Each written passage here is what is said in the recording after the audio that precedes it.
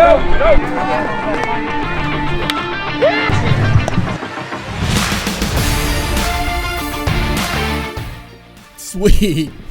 Hello, everyone. Welcome inside the Red Earth Production Studios for this edition of YBMcast, powered by Game 7 Baseball, Game7Baseball.com. Is this the summer edition? Summer edition, right? Summer edition? No, spring, baby. Oh, spring. yeah. We're springing toward it. We got 7 days to the official day of spring. It is the 14th, March 14th.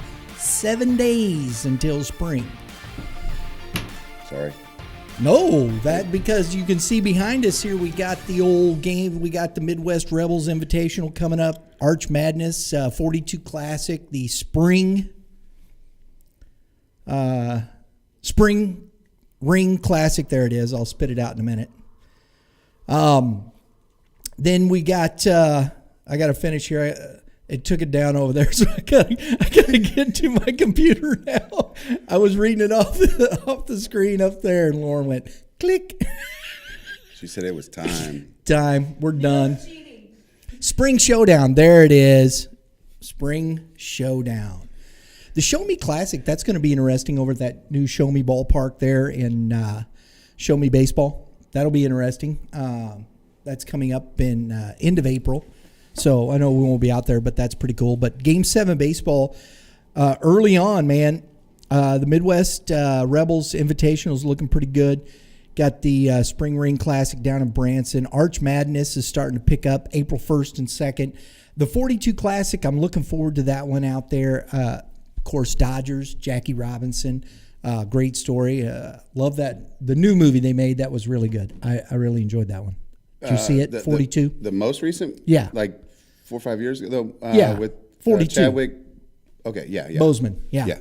That was good. It was that was really good. You know, I'll be quite honest. I didn't actually watch the movie in its entirety for some odd reason until when he passed away. Then I just went on like this binge of watching all of his movies, and I watched that one through, and holy cow, that was a fantastic watch. And so it's got some language in it, so make sure that you're prepared. And it was definitely made before what we're kind of going through. It's tough because, kids and whatnot, but it's still, those are things that as parents you got to, if you want your, 10, 11, 12, 13-year-old to watch it, it's an explanation. It's a conversation.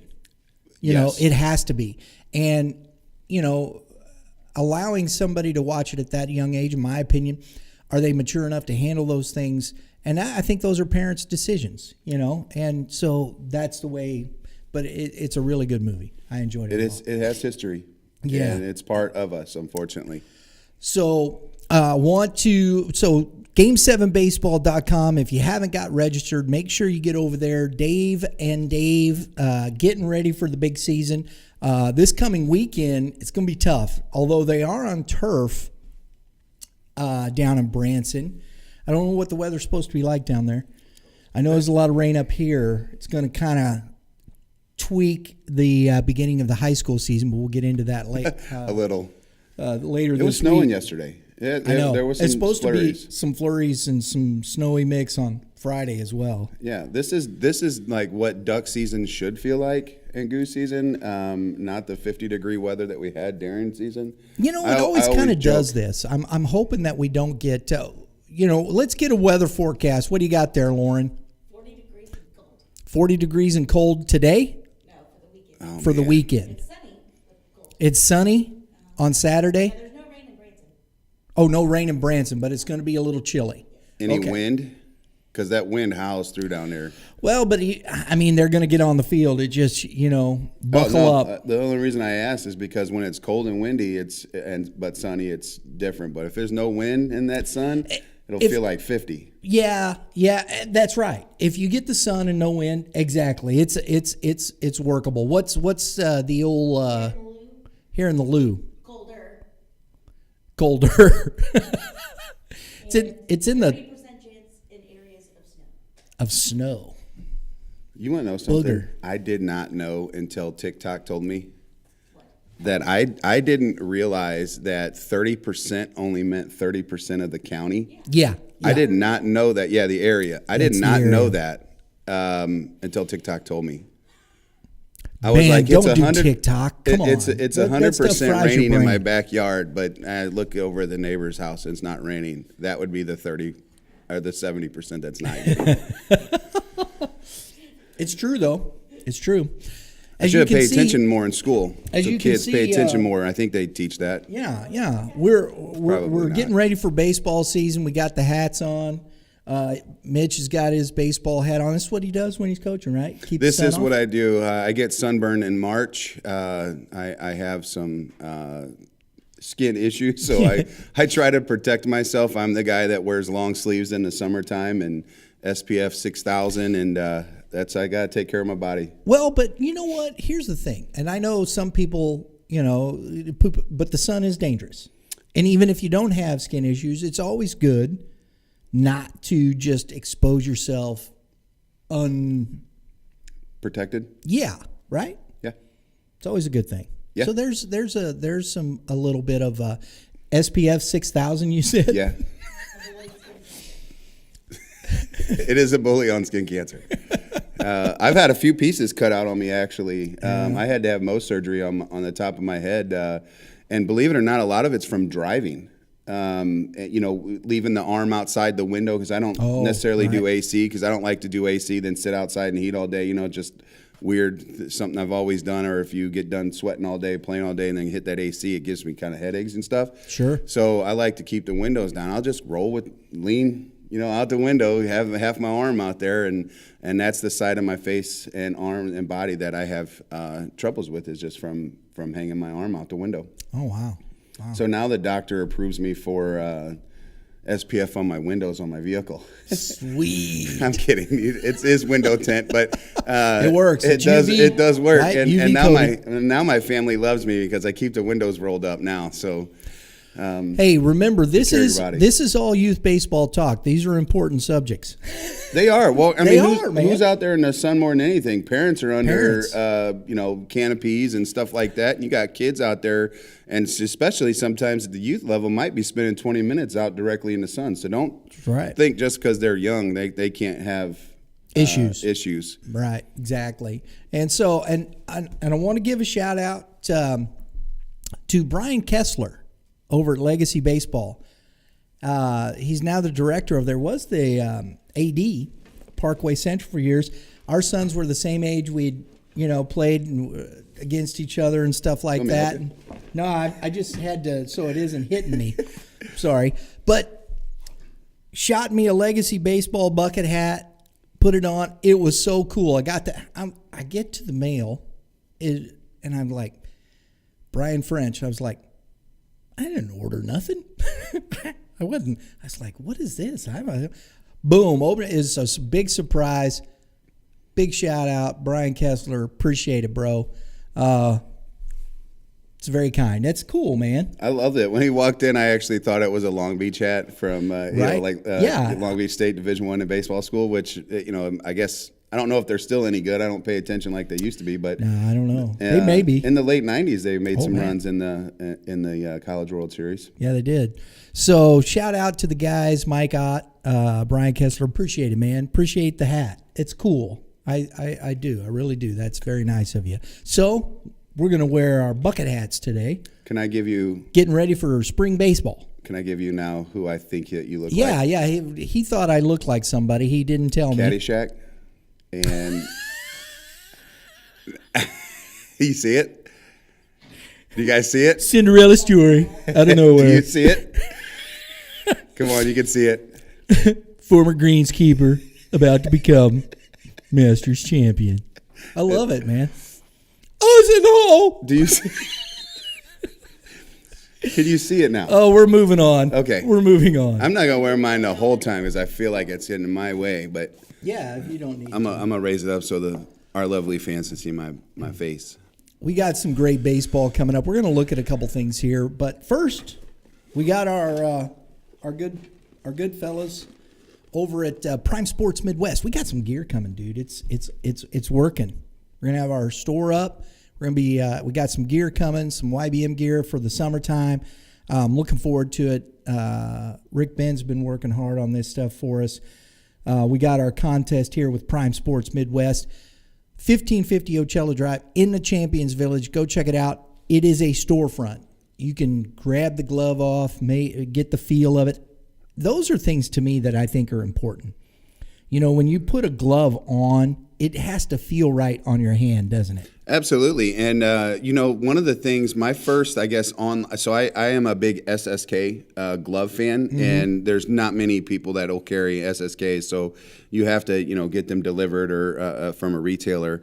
And one of the biggest things is I'll keep sending them back until I can get something that my hand fits in the hand stall pretty good. And that's the one thing is like I've put on the same glove and had two different feels just because the way it might have been manipulated in shipping. If it was in the middle Even of just the way it was made. Yeah, right? just very different. So I'm a big snob when it comes to gloves, and so having the touch is big. That feel where you just go, oh yeah, that works, and it's got. I think it has to be comfortable. Yeah, oh yeah. Everything when you're, and especially in sport, I think if you're not comfortable, your mind is taken away from what you're doing. And so I think there has to be that level of comfort. So I think it's always great when you can go and check that out. So head over to Prime Sports Midwest. We got our bucket of baseballs. And what are those baseballs? Those are ROLBXs. That's a good baseball, right? That's a good baseball. There you go. We got our bucket here at Prime Sport. And what do we got on the old shoulder? The old 36-inch Fungo Louisville Slugger. It is a massive bat, but I love it. I like the length of Fungos. You can hit them a mile. There you go. Especially golf balls. Especially golf balls. It's the only way I can That's golf. what we ought to do, play golf with a Fungo. That'd be cool. I'm down. Let's do it. Well, there's our baseball. own version of Top Well, Golf. we could always go set up baseball golf, set up on a field and just create 9 holes on a baseball field. You ever play baseball golf? Let's do it. We can. I have Oh not. yeah, let's do it. Okay. I wonder if That's anybody going to else be a out whole there. episode. We're going to do that this summer. Baseball golf? Yeah. Let's do it. Marucci. We'll use your Dodger blue bucket. I think you did that on purpose. No, this is going to the winner. I know, but we'll get another one. We'll get another one. Yeah, we'll go get another one. He got that because of the Dodger blue. Don't let him fib. Anywho, Marucci, hitting net. All this included in our contest. All you have to do, if you're somebody who's here watching for the first time or you've been watching for a while, you haven't subscribed, boom, hit the subscribe button. We're trying to get to 1,000 subscribers. Of Prime Sports Midwest has helped us with this contest, with this gear for you. So Prime Sports Midwest, subscribe, put I love Prime Sports Midwest in, I whispered. Put Prime Sports, I love Prime Sports Midwest in the comments below. That'll help too. Everything, watch, check us out. We appreciate it. And tell them, remember, when you go to Prime Sports Midwest, tell them YBM sent you. I'm going to put this down now. Yeah, perfect. And don't forget, keep the small children away from the buckets, right? Yes, yeah. You'll have to watch PSA. last week's episode We got to do to our understand. PSA here. All right. What do you think about the World Baseball Classic before we get moved real quick? Any surprises besides Great Britain's uniforms? Great Britain, golly, is that horrible? Is What? But okay, but they don't have any baseball players anyway. They've cherry picked from everywhere, so why would they have a good uniform? They ain't got no money. They have got to have more than $35 a top. That was horrible. Great Britain could have fundraised for that. I've only been able, time-wise, because of work and stuff, been able to watch bits and pieces. We were over at my brother-in-law's the other night. We did watch the first USA game against Great Britain. Finally got that going. Schwarber, that was it. Jack. Oh, yeah. He could swing it. Yeah. I like watching him swing. It's like calm, and then all of a sudden it's just unleashed. That's why I always like Neil Everett's bartender. Jack. I miss some of the old Sports Center, commentary from like the Stuart Scott days and that group. Yeah. Definitely fun to watch. I don't even know is Sports Center even a thing anymore? I can't tell you the last time I've watched Sports Center, man. I used to wake up we're not every going morning. down that road. We're going to stay here. World Baseball Classic, I still think it's going to come down. Although I think Puerto Rico is looking really good. Dominican, of course, USA. I don't know if USA has the pitching. Don't sleep on Japan, because whatever they are doing. And Newbar's tearing it up, dude. Yeah, playing very well. Greg Amsinger has him as like the fourth outfielder for the Cardinals, and whatever his pepper grinding he's got going on there, bring Shohei over here. But Japan looks pretty good. I've been staying up watching Team USA play the last couple of days. What? Why? Every Cardinal fan, and I love the Cardinals. I really do. I enjoy watching the Cardinals. I think they're a great organization. But why does everybody live in this fantasy land that the Cardinals are going to sign Shohei Ohtani? Because he does the pepper grinder, and that's what the best fans in baseball do. They dislike Mo for every move he makes, even though we're a really competitive team. Might have a top whatever offense. You have Mason Wynn down there killing it. You have Jordan Walker killing it. Connor Thomas, Graceffo, and all of our best fans in baseball think Mo is the worst GM, and we have probably one of the longest histories of winning seasons. The Cardinals are not going to pay him $400-500 million, bro. I can't wait to see what he gets, though. It's going to be somewhere in there. He is going to get paid. It's going to be somewhere in there. So that I don't even know why you talk about it. It just stop. Well, there's one of what? Because you're going to get him? Because you're one of the few budgets that can afford him? I don't know. I wouldn't count out the Padres.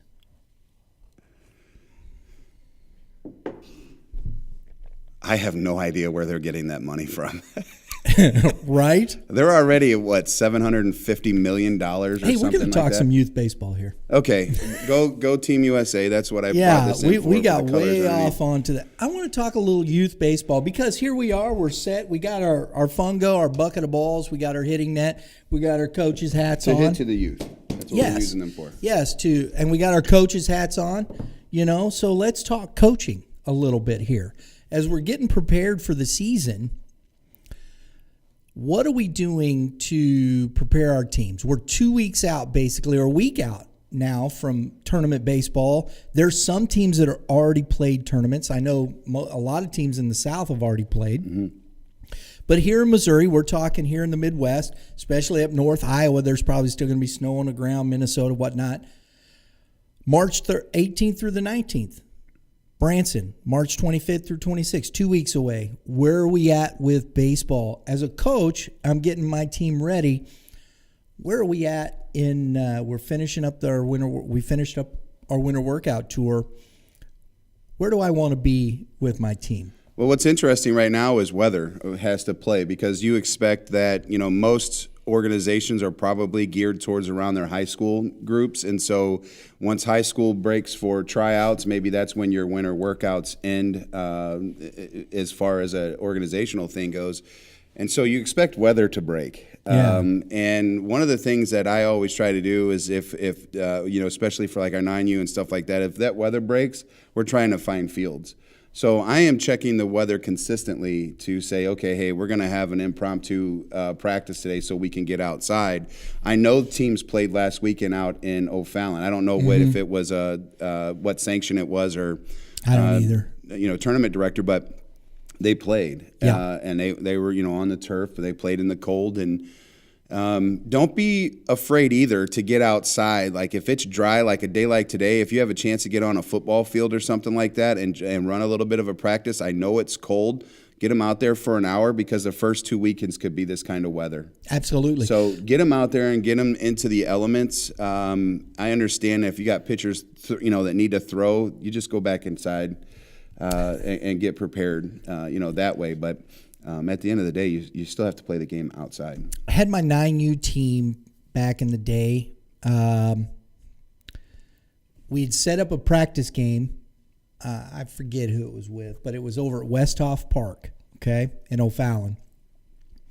It was cold, overcast. There was a chance of snow in the forecast. We went anyway. We're out there. The field was dry, as you said, and as we started to warm up, it started to snow. We just kept playing. That's awesome. We played, I think, 3 or 4 innings just as it's snowing. And it just got to be where it was a little too dangerous, a little too slick. You couldn't, it started getting heavy. I mean, I bet they had a blast.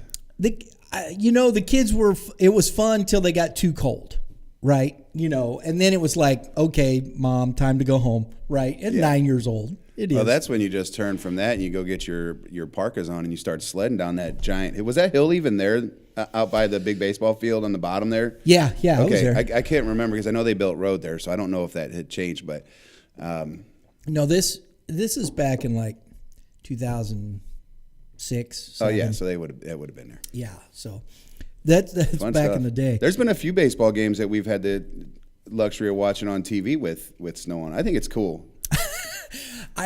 It's interesting. I don't think it's. I would much rather see 70 degrees and perfect. If you're rain. asking me for my preference, snow would not be it. My preference would be about 80 to 85 degrees with very little humidity. Yeah. About 10-mile-an-hour winds. Of course, it's always blowing out. A little cool. Yeah, and sunny. Yeah.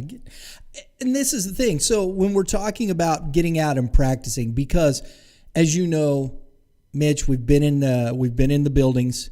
It's all on turf. Ground balls are different on grass and dirt, and most of the kids will end up. You'll play tournaments on turf. That's a fact, and so that's nice. But getting prepared to play on dirt is a much different scenario, isn't it? We struggle with this a lot. Yeah, just what you need to do footwork wise. That if you have a thick grass and you have a grass infield, you have kids wanting to do all this fancy footwork, waiting on the ground ball to get to them, and it never shows up. Because it dies in that grass, or if it's a little bit muddy, or if you have a skin field that's hard. Right. It's like you have. It's over there, St. Peter's, like Cottleville area, the park. Oh, that's over there. Strell. No, not Cottleville. By the St. Charles Community College. St. Charles It Community. starts with a W. Why can't I think of the name of the park? Well, that's just Woodlands. Woodlands, thank you. That field's hard.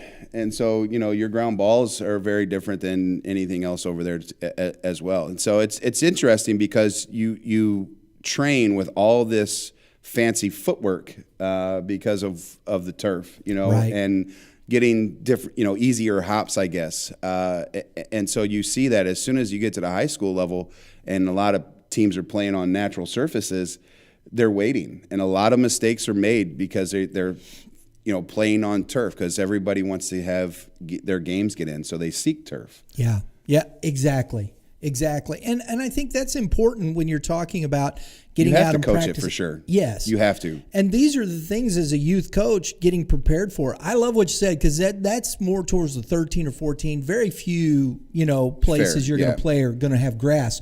But I love that thought process because they're not cutting that grass early, right? They're not. And some you never know the type of grass they may have. I mean, Timberland has some really thick infield grass, and we do a good job of maintaining it, and it'll still knock baseballs down. Yeah. And, and so you have everything from the lips that you have to play with around the bases, between the grass and the dirt, and again, like I think Grand Slam Park or whatever. I'm sorry if it's not that same name anymore, but they have natural surface or grass infield on their smaller they do. fields. Yeah. That was just what I was thinking about. But again, we and the turf, even the turf we train on, is not the same that we play on.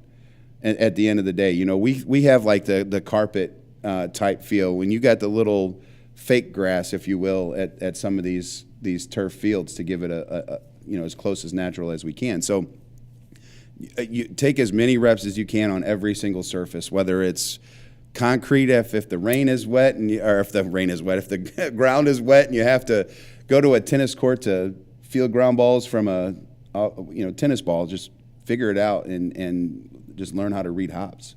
Because when you get out of the cage, when you get out of the indoor training facility, all of a sudden you're seeing the ball as a hitter from a background that is not conducive usually at some of these places. They're not putting up the big wall with green behind it. You got the house and the cars going by. I mean, when you think about the differences in some of these parks where you can see the road and you have cars, a lot of traffic going by, that can get distracting. You see the ball, you don't see the ball. I don't think we consider some of those things when we're going to some of these events and playing, and what that entails once you get out of the cage and then setting yourself up. I didn't really think about it a lot early on. I did later when you started thinking about, okay, we're going to go to a natural surface.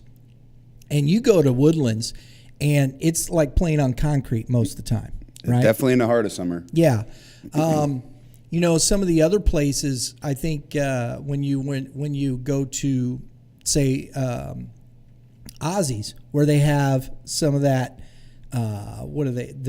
because it drains better. I forget what they call it, but the surface is more that gravelly. Not dirt edge, but it's like kitty litter. Yeah. So that's different, and you're gonna get some funky hops off of that. You get some tough hops. If the ball's spinning sometimes it'll skip. And so there's a whole lot of differences in playing surfaces that I don't think we think about with these kids, and they're not prepared. I mean, it's a 9, 10-year-old. They're not thinking about that. And how do you coach that, and how do you bring that to bear?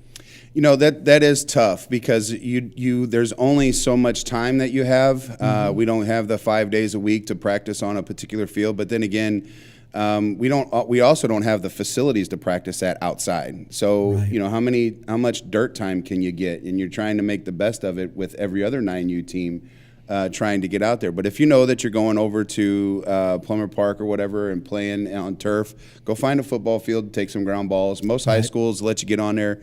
No seeds, of course, no metal spikes, and no 9-year-old should have them. But get a few reps on there just to have a feel. Do that a couple weeks prior. If you know that you're going to play on a all skin field, right? Go get some reps on a skin field. There's plenty of churches out there. If you're going to a dusty field, find a field like that. There's plenty of fields like that in St. Peter's. Boy, yeah, there are. You just have to know what you're doing. And you brought that up, like with getting weird spins. And if you ever go to them dusty fields and you get one of them side spins, that ball just sits and it'll just spin in the in the dirt. It's like a tornado coming in. It's like it's something that we've always done, and I think we take for granted, especially if you played at a significant level or if you have a high IQ in this sport. You just know you have your outfielders tracking walls, before pregame. They're just walking to see if there's any holes in the fence or how the ball might play off of it. Catchers might throw baseballs off the backstop to see what kind of bounces you might get if it's got a padded or a brick or whatever. These are things that you can start doing at a young age, especially when you could start stealing bases and advancing. Why can't you figure out what the dirt's doing? And I think that's the point we've always talked about, baseball IQ. Whether they remember it in that time frame, but you start with those 9-year-olds. Hey, let's go walk the fence. Let's see what's out here. There isn't a fence, Coach. Okay, great. So let's not let the ball get past us. Let's play maybe a little bit deeper, cut off, teach them whether they are doing or not, giving them the understanding of an idea. I'd rather give up a double than a home run, right? You may end up having to do double cuts at 9 years old, and that's something I bet you a large percentage is not worried about because you play on 150-foot fences, and most of the time you can, throw at one time and get it to where you need to. So, it changes things if you play with no fencing, And I think that's an interesting thing. And as we talk about coaching at the youth level, there's so many different dynamics because of fields we play on.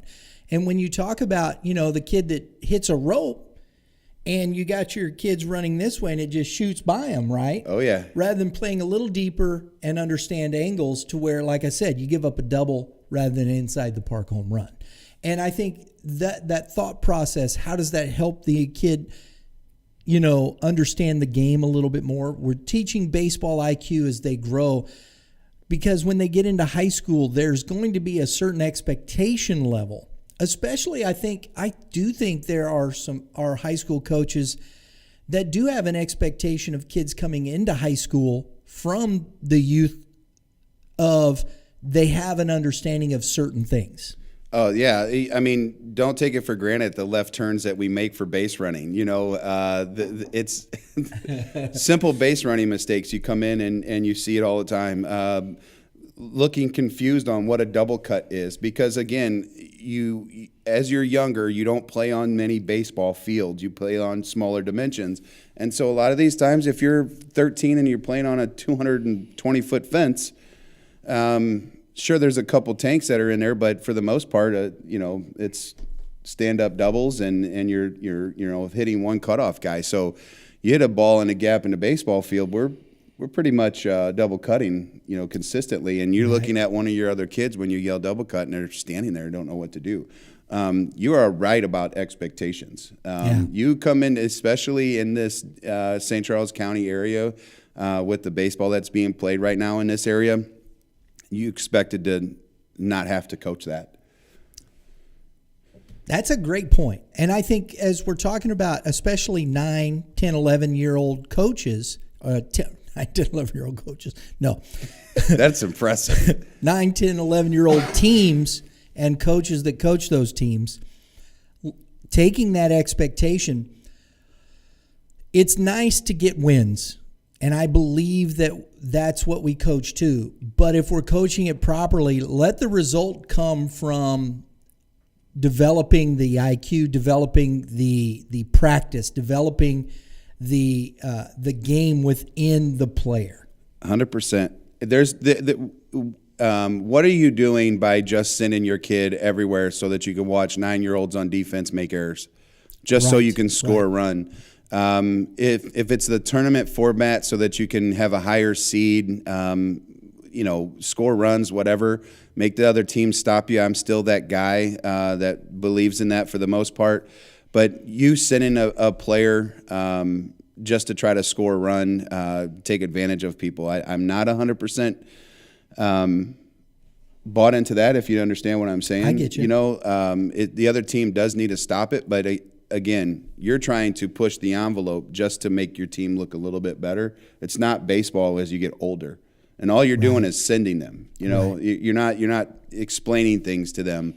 This is why I follow my buddy Steve and Mayer with Midland. What he does with his 9U team, he practices the way that he thinks the game should be played long term, and that to me is how they're going to prepare. That 9U team is a team to watch.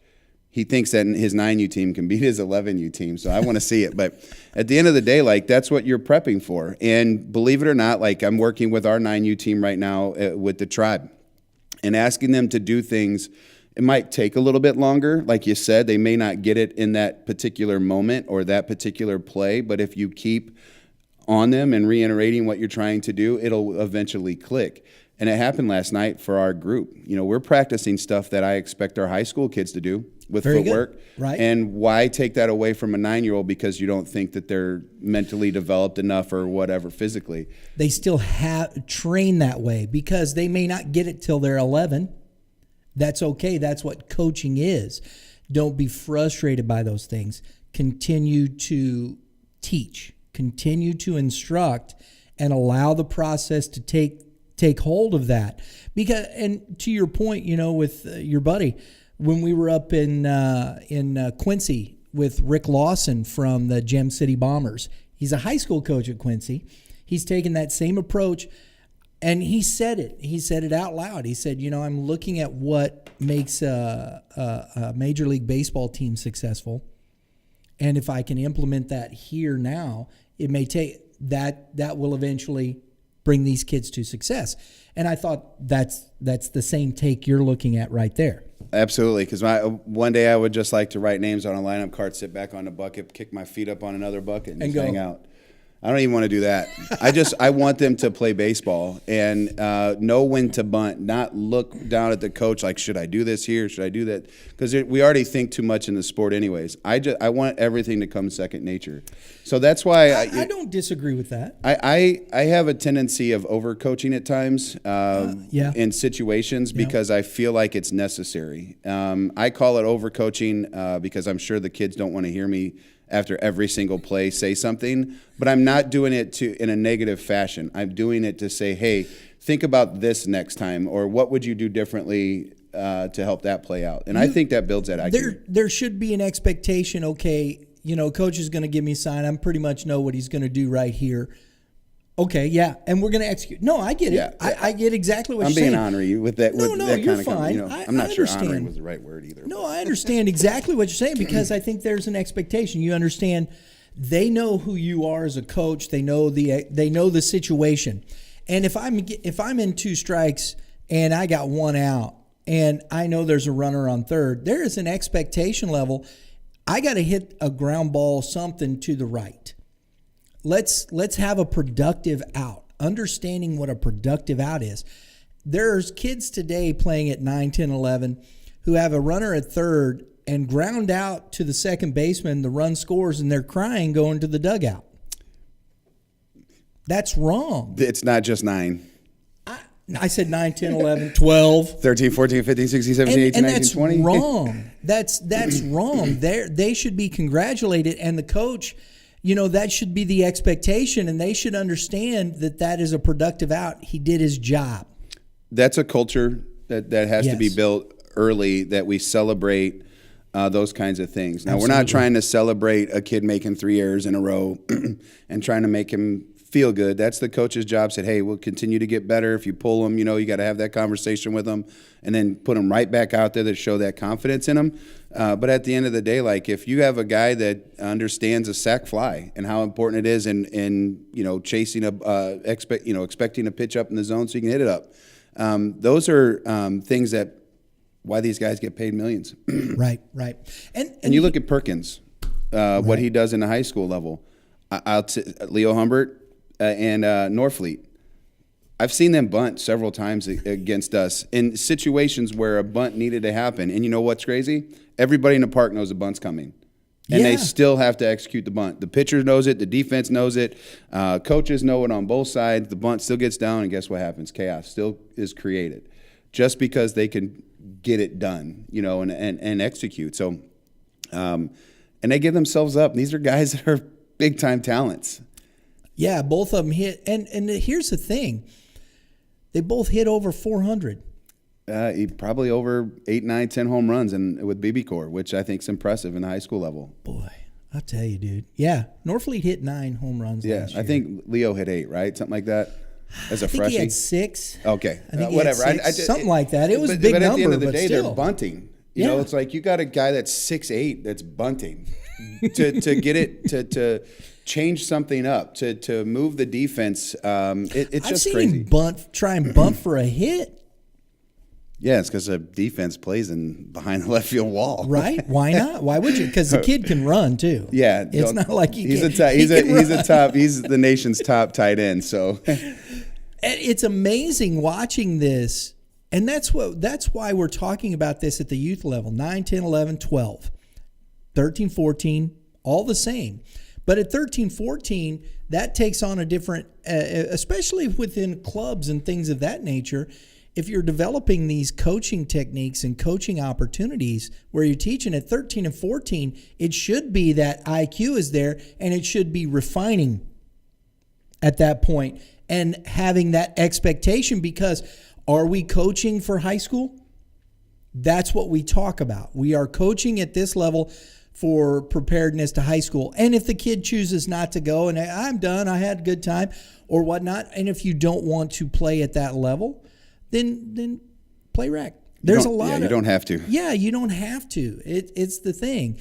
And there's a lot of club teams out there that the AA teams, they don't have a lot of expectation that way, as long as they're still coaching and things of that nature.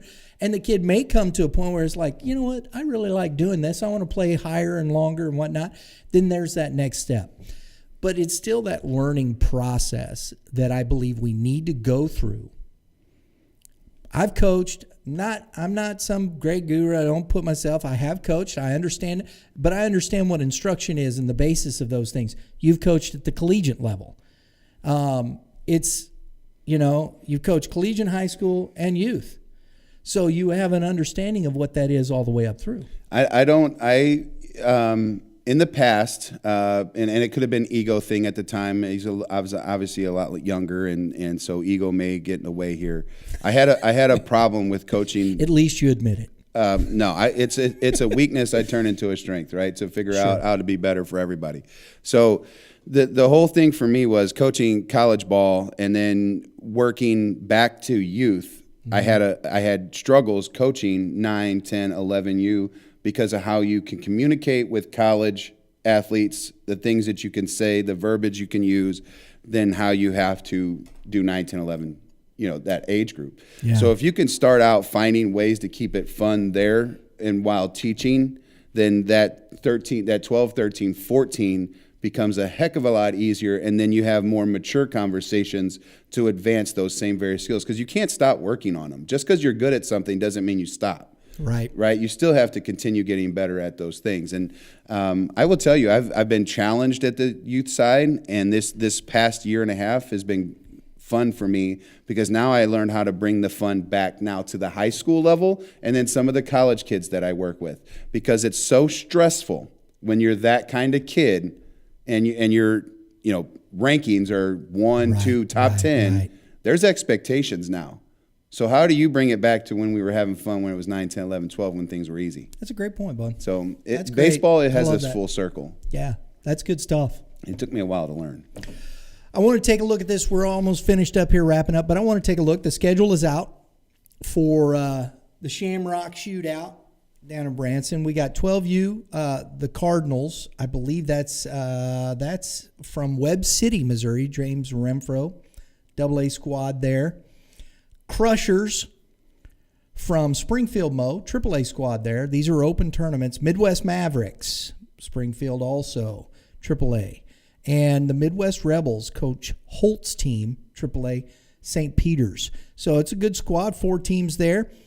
Starting off Saturday morning, 9 a.m., Midwest Mavericks versus the Cardinals, and Midwest Mavericks versus Crushers. Cardinals, Rebels, Crushers, Rebels.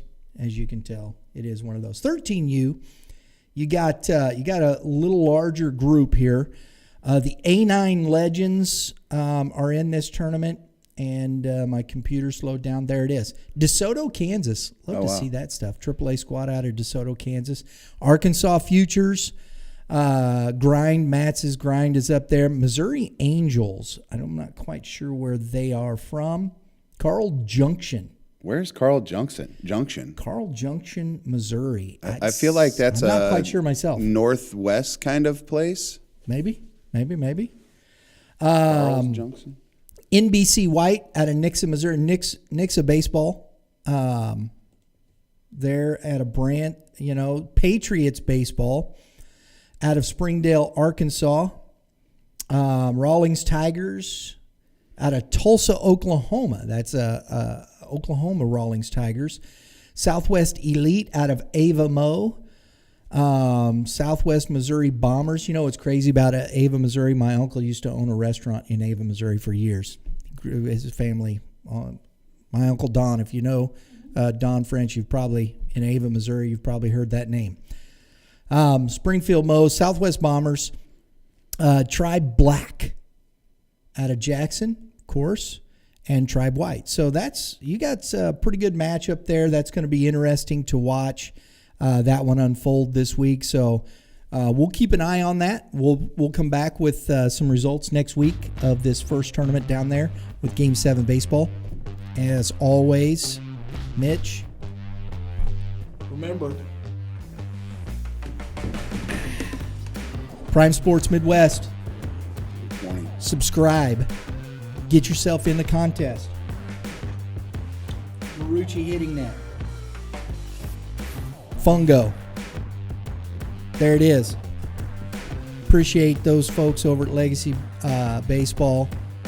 Brian Kessler, appreciate it, buddy. Mike Ott. Appreciate you guys over there.